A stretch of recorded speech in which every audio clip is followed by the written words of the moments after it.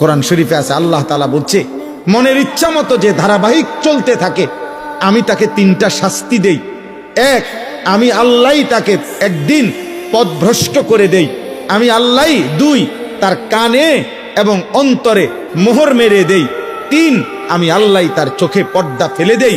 এবার বলো, আমি আল্লাহ ছাড়া তাকে হেদায়েত দিবে কে?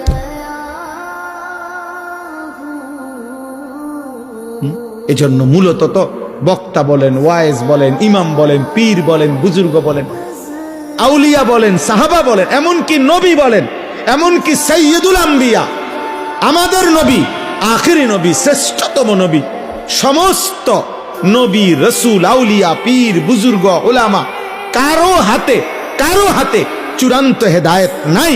হেদায়েত চূড়ান্ত শুধুই আল্লাহর হাতে। শেষ ফয়সালা মূলত কার হাতে? আল্লাহর হাতে। বিষয়টা বড় সাংঘাতিক।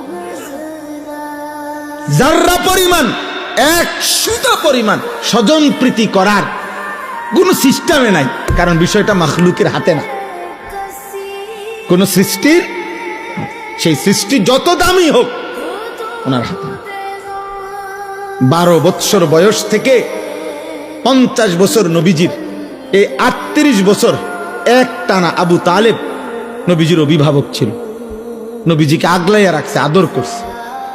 নবীজি সাল্লাল্লাহু আলাইহি সাল্লামের বয়স যখন 12, তখন আব্দুল মুত্তালিব আবু তালেবের হাতে নবীজিকে তুলে দিয়ে গেছে।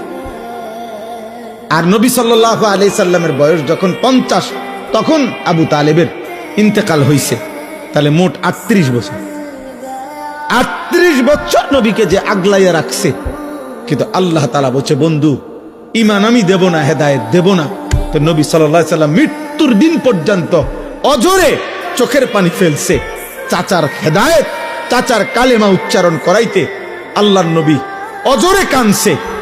কিন্তু আল্লাহ বলছে, বন্ধু হেদায়েত দেব না তো দেবই না, আমনে কানলেও দিতাম না।